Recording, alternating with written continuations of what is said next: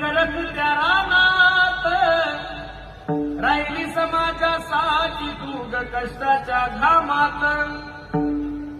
कधी मिळेल मुठभर घास, कधी घडेल तिला उपवास.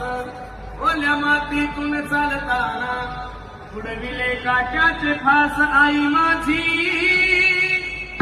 मायेचा सागर दिला तिने जीवनाला आकार.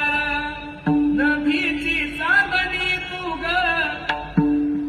चंदनाची पोर, शीतल तुझी छाया मला हवी जीवन भर.